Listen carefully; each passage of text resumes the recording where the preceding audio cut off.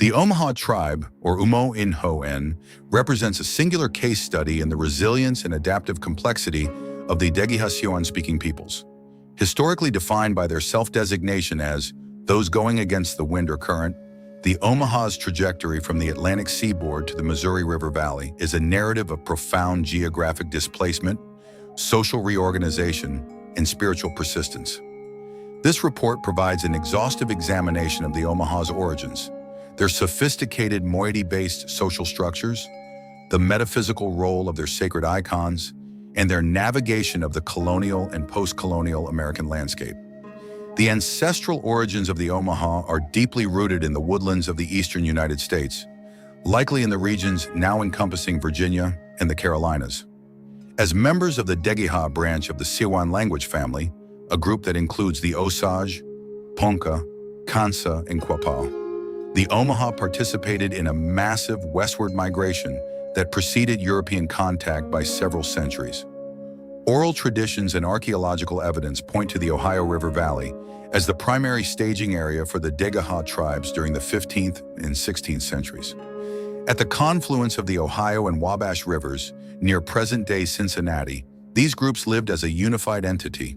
The impetus for their westward movement remains a subject of academic inquiry, though it is widely attributed to a combination of factors: the collapse of the Mississippian cultural complex, climatic variations unfavorable to established maize agriculture, and increasing territorial pressure from Iroquoian and Algonquin nations to the east. The migration reached a critical juncture at the mouth of the Ohio River, where it meets the Mississippi. According to Omaha and Ponca oral histories, the group separated during the crossing of the Mississippian skin boats. The Quapaw, Ugakpa, moved southward with the current, earning the name downstream people.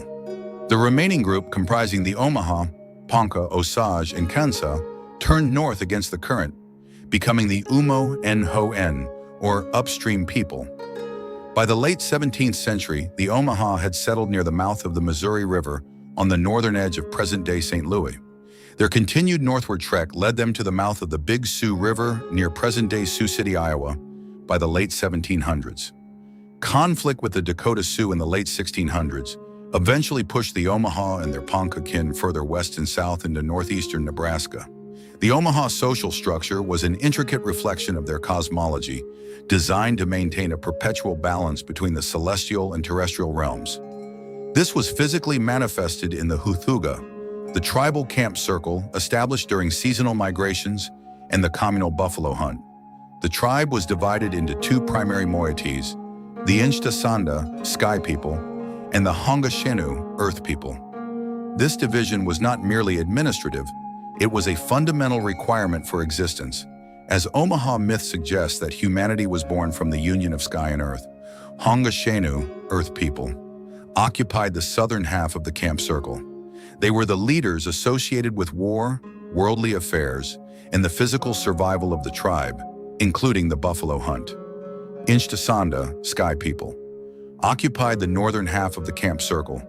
They were associated with peace, spiritual rituals, and the procurement of supernatural aid from Wakanda, the supreme life force. Within these moieties, the Omaha were organized into 10 distinct patrilineal clans, or gente, each holding specific ceremonial duties and taboos. No single clan could function in isolation.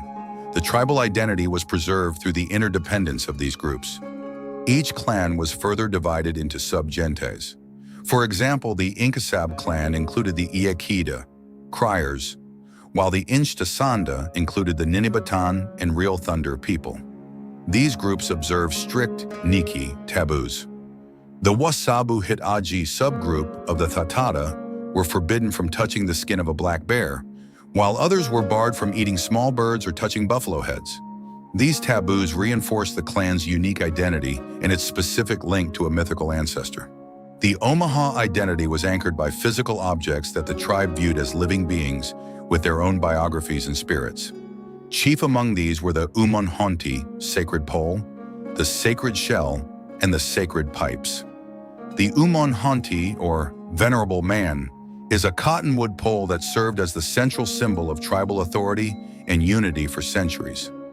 According to the legend recounted by Yellow Smoke, The pole was discovered several hundred years ago by the son of a chief who became lost in the woods. He was guided by a luminous tree that glowed with fire at night, but remained unconsumed, a phenomenon attributed to thunderbirds alighting upon it. The pole was treated as a human person. It was never placed upright but inclined at a 45-degree angle, supported by a staff called the imongda, old man to lean on. Its body was wrapped in a basketwork receptacle of twigs and feathers, and it was crowned with a scalp lock representing hair. The Wax-the Seton subclan of the Hanga clan served as its hereditary keepers. During the 1880s, facing the collapse of the buffalo hunt and the pressure of assimilation, the Omaha leadership entrusted the pole to the Peabody Museum at Harvard for safekeeping in a great brick house. Its eventual repatriation in 1989 at the Omaha Powwow in Macy was hailed as the return of a lost relative, signaling a cultural and spiritual rebirth for the tribe. The sacred shell, often identified as a large clam or oyster shell, was housed in a prairie wolf skin bag and kept by the elk genes. This object represented the female principle, contrasting with the male principle of the cedar pole. The shell was central to the worship of the thunder god in the spring, a ceremony where the bear gens opened the bag to retrieve ritual pipes. This dualism, male and female, sky and earth, underscored the Omaha belief in a balanced universe where every action required both spiritual and physical participation. The Omaha practiced a sophisticated dual economy, harmonizing the sedentary agricultural traditions of the eastern woodlands with the nomadic equestrian traditions of the Great Plains. This seasonal cycle was divided into 4 distinct periods: spring planting, summer buffalo hunting, fall harvesting, and winter hunting. During the planting and harvesting seasons, the Omaha resided in permanent villages of earth lodges. These structures, measuring up to 40 feet in diameter, were masterpieces of prairie engineering, consisting of sod-covered domes with central smoke holes. The construction and ownership of the earth lodge, as well as the cultivation of gardens, fell under the jurisdiction of women. Omaha women were expert horticulturalists, tending gardens of corn, maize, beans, squash, and melons. They also utilized a vast array of native plants for food and medicine. This agricultural surplus allowed the Omaha to become significant players in regional trade, exchanging corn and vegetables for items they could not produce. Around 1770, the Omaha became the first Northern Plains tribe to adopt equestrian culture. This revolution transformed their hunting capabilities and expanded their range from the Cheyenne River in South Dakota to the Platte River in Nebraska.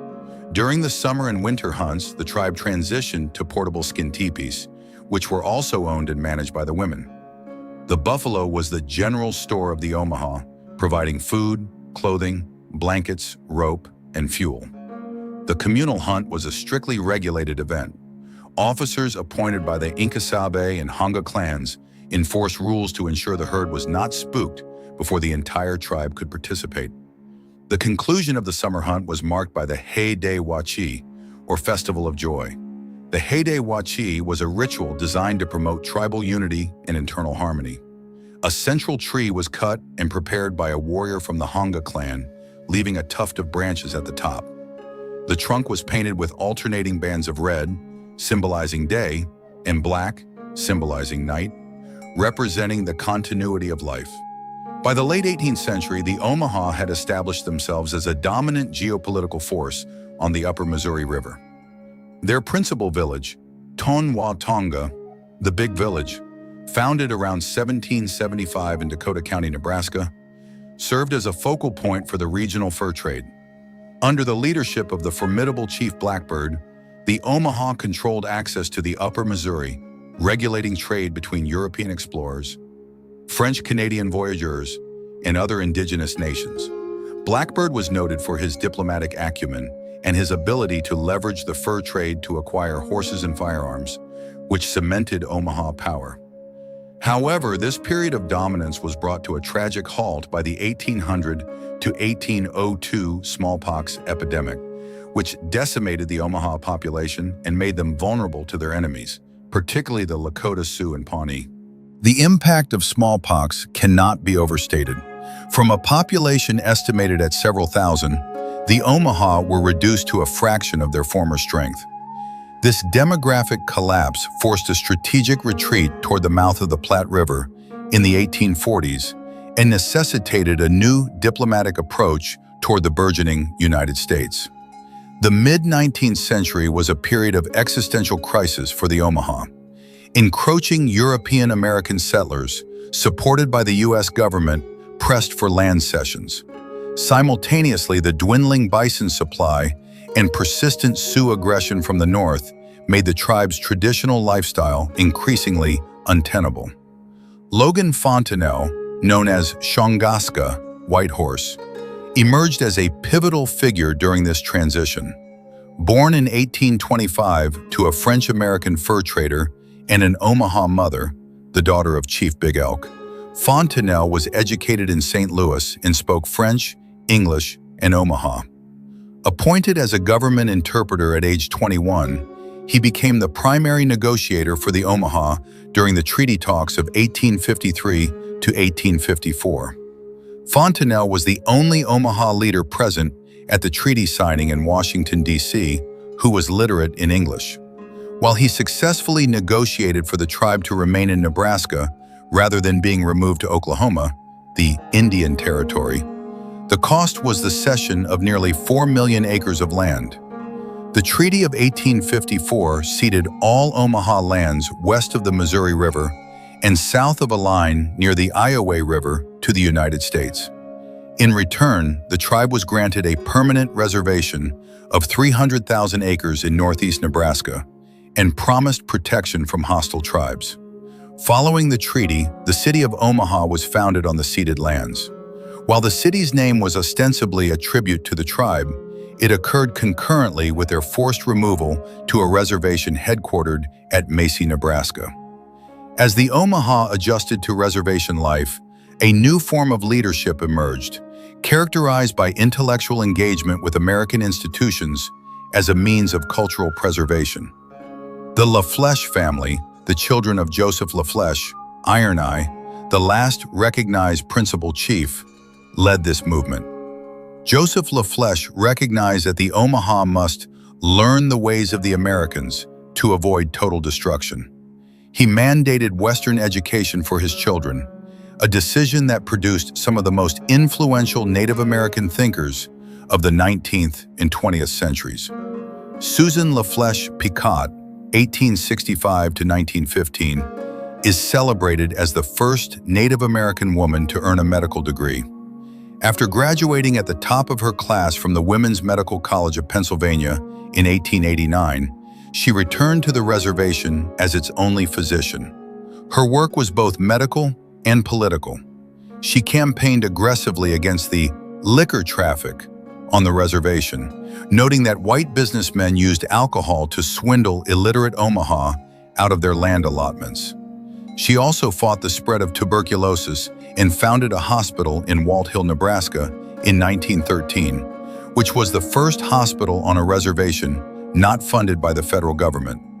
Suzette LaFlesche Tibbles, Bright Eyes, gained national prominence as the interpreter for Chief Standing Bear during his landmark 1879 trial, which legally established that Native Americans are persons within the meaning of the law.